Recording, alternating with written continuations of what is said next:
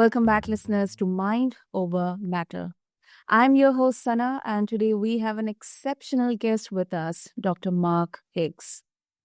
Now, listeners, Dr. Marks is an author, ghostwriter, speaker, counselor, and relationship specialist with a passion for unraveling the mysteries of love and relationships. He believes that healthy relationships are the cornerstone of a fulfilling life and career as well.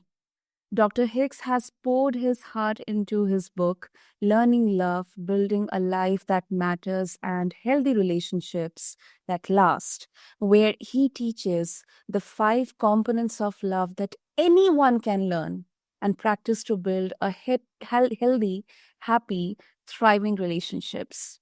And today on Mind Over Matter, we are going to dive into these 5 components of love and learn from Dr. Mark that how they can transform your relationships. So let's quickly get started. Dr. Hicks, welcome to the show, and it's an absolute pleasure to have you with us. Thank you. I'm so glad to be here. So, Dr. Mark, before we move on to the topic, what inspired you to get into this world of, uncovering the secret sauce or secrets of happy, healthy relationships and love? Yeah, I really had 3 motivations, really 3 paths of my life that all came together into writing this book. One is that I am a counselor. I have a master's degree in mental health counseling and have worked as a therapist. And in almost every counseling situation, we're dealing with relationships, whether it's our relationship with ourselves and our own life, a relationship at home, at work, or perhaps with friends. But all of our counseling situations tend to focus on the relationships of our life. The Mhm. other professional track that I have had in my life is around spirituality and theology. And in this track, it's also about relationships, relationship with ourselves, relationship with others, relationship with God. Mhm. And the third track, perhaps even was more important, and that's my personal experience. I didn't always know what I know now. And Uh, early in my life, even though I had been raised in a healthy, happy home and had wonderful parents that treated me very well, I didn't always know about love and relationships. And I ended up in a very toxic first marriage when I was in my early 20s. mhm. And it was a terribly painful experience, ended in divorce. And from that, some seeds were planted. I began to really question, what is love? Is it even possible? Is it just for people who are lucky that happen to find the right person? Is it just circumstance or serendipity of some kind that people sometimes find love and sometimes people don't? And from those questions, I began to wonder, is it possible to know what love is and Mhm. how to build healthy relationships? And from these 3 tracks of my life, my personal experience, my counseling experience, and my experience in theology, all of that came together to answer that question that yes, love is possible for everyone, even if you came from a dysfunctional family or been through a divorce or have been through relationship trauma. And there are ways to build it through the 5 components of love. And that's what I teach in my book, as you mentioned.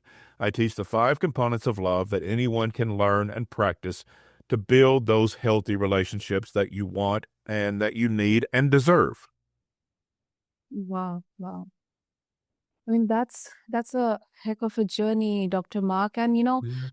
I completely can relate to all those questions which came onto your mind after a toxic first marriage. When anyone has failed relationships, or they kind of have that judgment towards how the hell I can find the right person for myself, and why Yeah.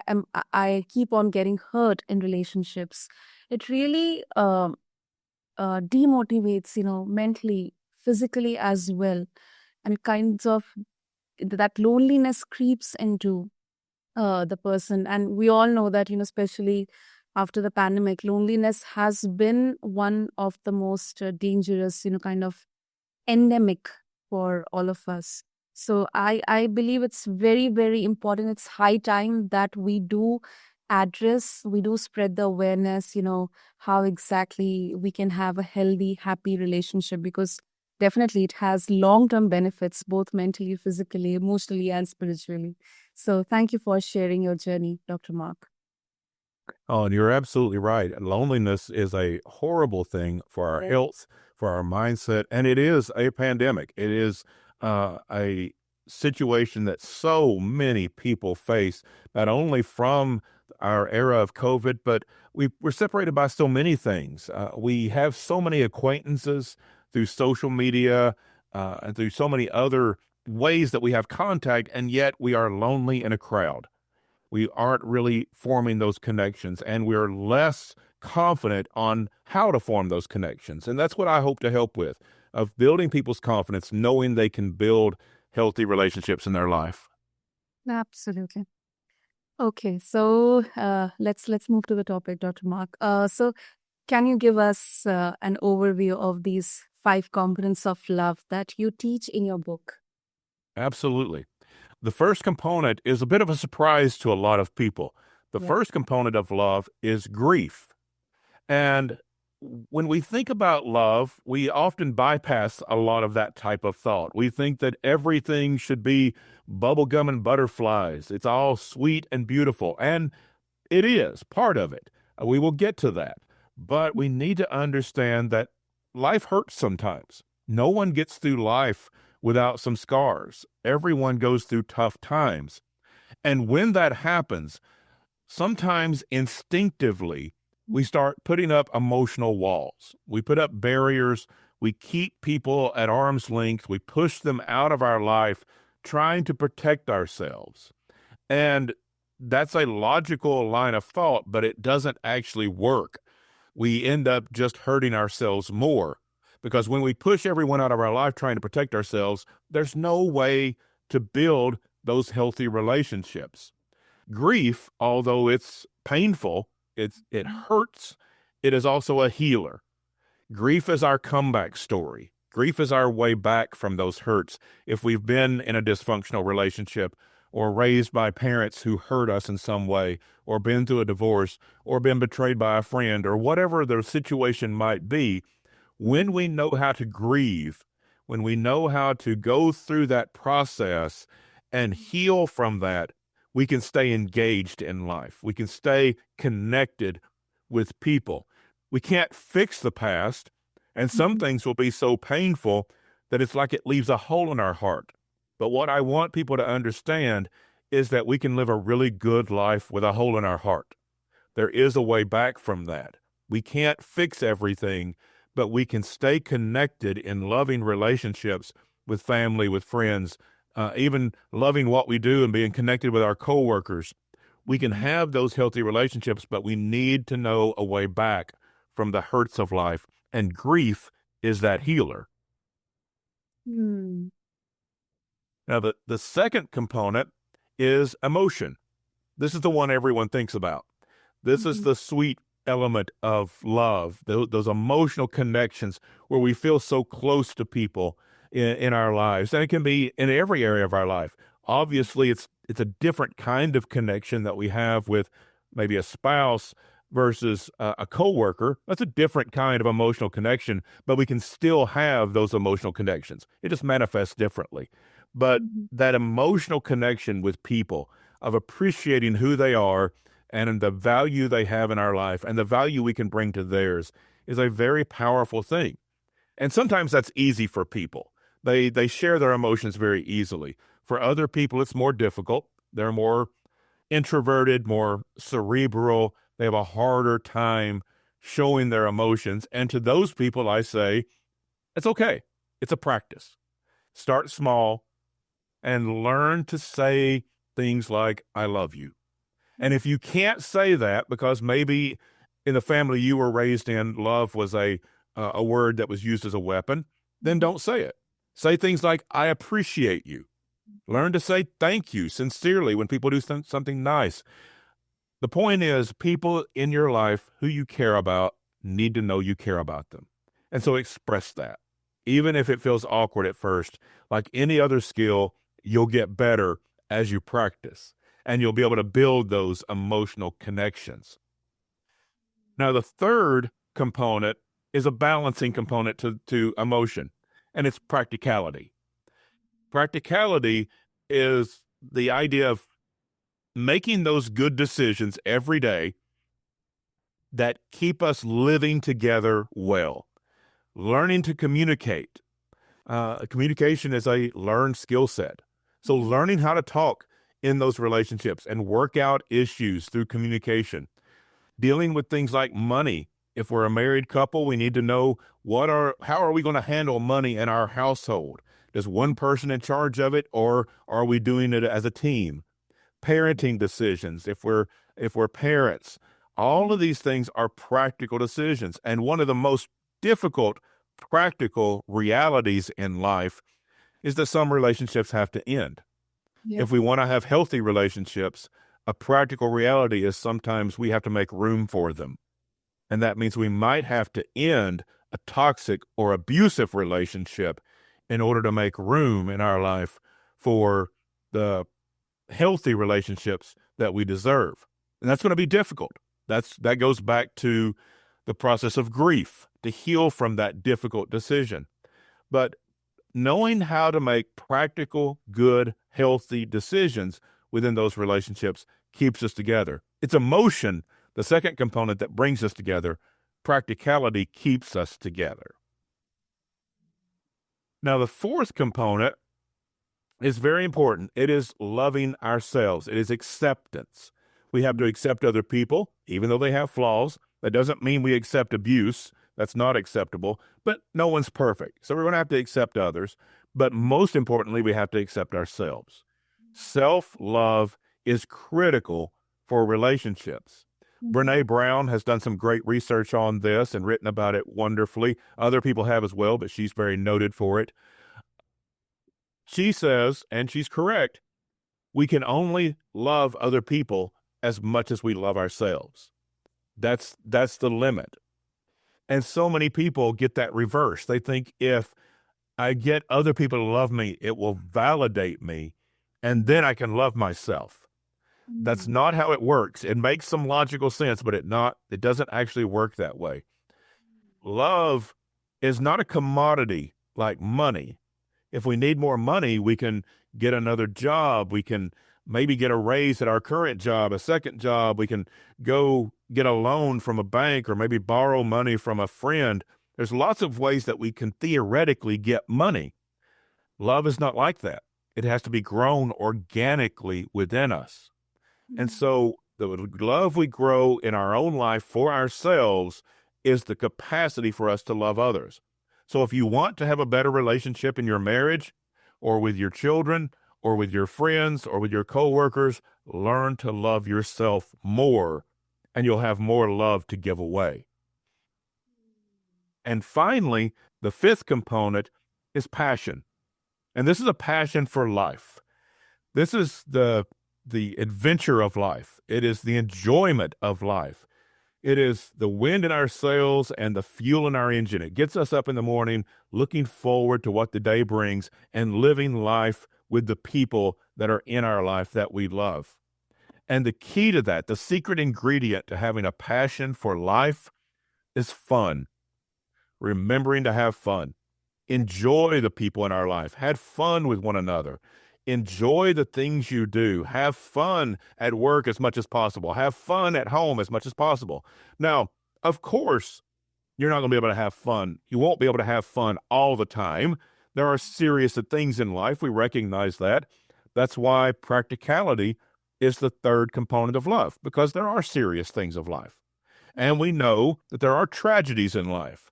And that's why grief is the first component. We don't forget those things. But let's not forget that passion is also important in life, that enjoyment and fun and enjoying the life you have is just as important. And so it should be made a priority. When we can laugh together, it's easier to love together. when we can enjoy our life, it's easier to share our emotions with the people around us.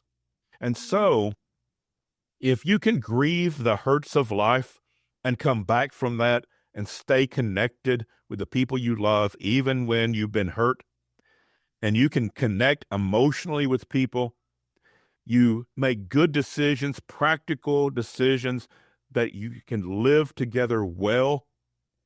You love yourself so that you have even more love to give away because you're growing in the love you have for yourself, which helps you grow in the love you have for others. And you're living each day with passion, looking for the enjoyment, looking for the fun, and enjoying living with the people you live with at home and at work and in your neighborhood. If you can do those 5 things, you can build healthy, happy, thriving relationships in every area of your life. Definitely. So, first of all, Dr. Mark, it's really, really interesting to see how all these 5 components, grief, emotion, practicality, self love, and passion, they all are intertwined, beautifully connected, each and every element or component with the former one. But, one question comes to my mind. You know, as we say that if we love ourselves, we also love the people around us. So, uh, logically, everything first starts with us, and then we, reciprocate it with the people around us. Then, Yes. why grief is the first component of all these building blocks? Why it starts with grief, not with self love or maybe passion? Yeah. I would say that there's really no starting point, that all 5 are important. I described them in that order, but they could really be in any order because all 5 are critical. There's no one that we can look at and say, this is the one that I need and I can ignore the others.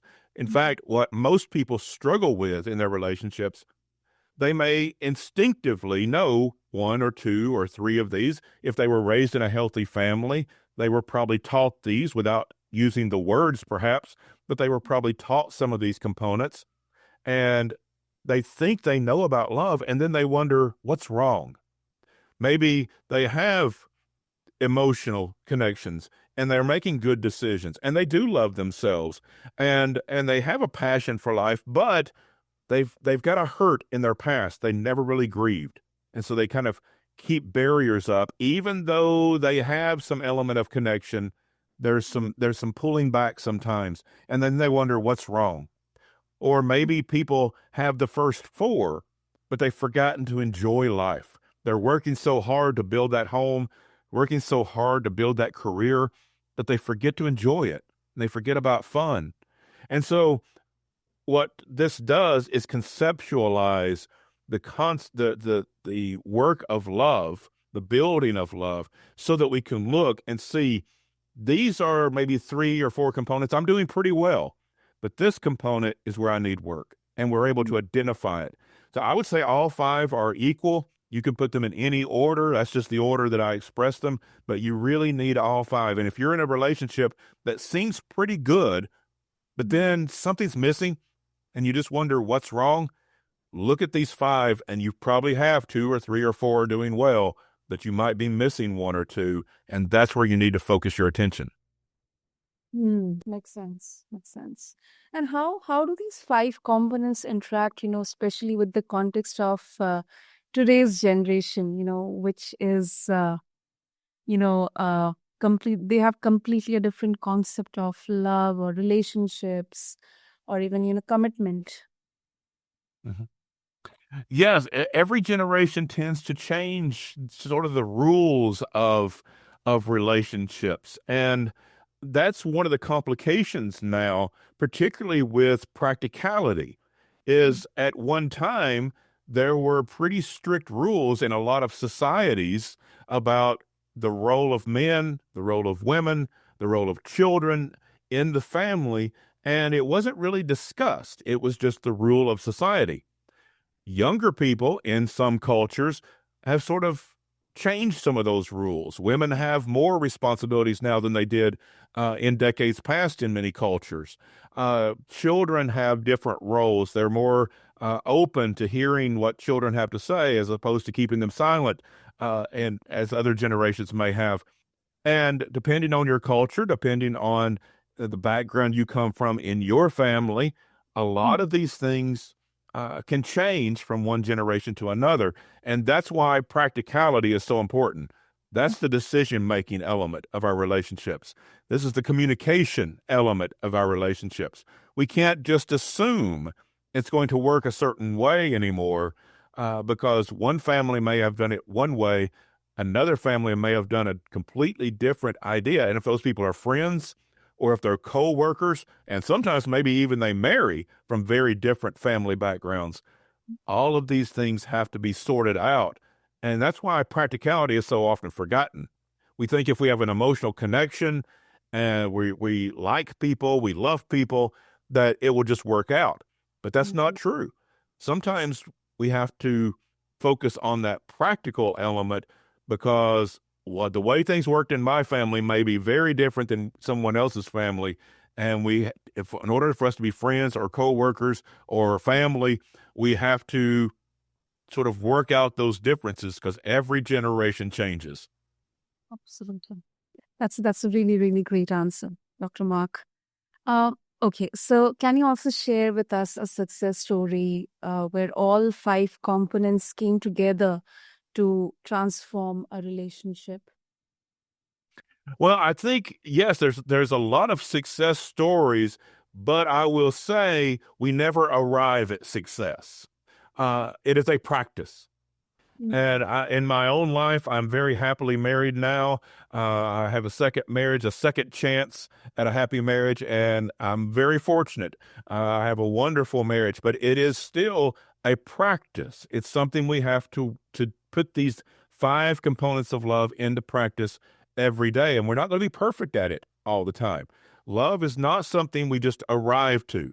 And sometimes we get that idea, maybe we don't say it like that, but, if we watch a romantic movie, there comes to this beautiful ending where the couple is happy together and then it ends. And we get this idea, perhaps, that that's what we're looking for, is this mountaintop experience, this culmination of love, that it all comes together and we declare success. Well, that's a beautiful movie, but it's not real life. In real life, success is practicing the 5 components every day. And if we don't get it perfect one day, that's okay. It's still a practice. Do better the next day. And keep looking at the 5 components and see which ones am I doing well, which ones are we doing well in our relationship, and which ones do we need to work on that may have been good at one time, but may be lacking now. Maybe we've forgotten to have fun lately, even though we did it really well at one time, or maybe our emotional connection's getting a little more distant than it once was because we're doing so many practical things trying to run this household that we've forgotten to stay emotionally connected. And so it's a practice. Success never arrives. Success is the continual practice and enjoying the trip along the way. Definitely, definitely. Lovely. So before we wrap up, Dr. Mark, would you like to share any message with our listeners about building healthy, happy, thriving relationships? If you can advise any first steps they can take to start incorporating these 5 components into their relationships. Yes, I would say to understand love is a learned skill set. And so if you're at a place in your life where you're discouraged because you've had a very difficult time in relationships in the past, the good news is it's a learned skill set. Even if it hasn't gone well so far, you can begin today working on these 5 components of love, and you can build the relationships that you deserve in your life. Even if things are going pretty well, but you wonder if something's missing, look at these 5 components of love, because love is a learned skill set. And I want to help with that. So my book is coming out in June of 25. But in the meantime, you can go to my website, which is markahicks.com. Make sure to get my middle initial in there, markahicks.com. And I have a free ebook on my website that you can download that is the 5 components of love. It's an overview of these 5 components, just as I've given today. You can have the 5 components of love ebook that will get you started. And then my book will come out in June with a lot more detail and a lot more explanation on these 5 components. And listeners, please contact me. I'm available for speaking engagements, for workshops, for coaching, or just say hi and let me know you heard me on the show today. I would love to hear from you. Definitely, definitely. And I encourage all of our listeners to go to Dr. Mark's website and download the free ebook. And really, it's worth waiting for your book to come next year. And we are all looking forward to it, Dr. Mark. This is something which needs to be, people need to be aware about that. This is something which they can learn and apply in their day-to-day lives as well, not just watch rom-coms or romantic novels and then Yes. expect a happy ending without any effort. It requires effort. So thank you so much, Dr. Mark, for sharing your wisdom, and really appreciate your sincerity and hard work in putting together these beautiful 5 components in redefining how people should look at healthy, thriving relationships. And we'll definitely have all the details in the show notes for our listeners to connect with you. So thank you so much for this incredibly valuable conversation. Thank you. It's my pleasure. To all of our listeners, I hope you found this conversation as enlightening and practical as I did. So make sure building happy, healthy, and thriving relationships is possible. It's within your reach. So make sure to connect with Dr. Mark and download his free ebook, and check out the show notes along with this episode on your favorite podcast platform to check out his upcoming book next year. And if you enjoyed this episode, please subscribe, leave a review for Mind Over Matter, and also share this episode with your friends, your loved ones, or anyone you care about. And stay tuned for more inspiring conversations like this on Mind Over Matter. Until next time, keep exploring and stay mindful. Thank you.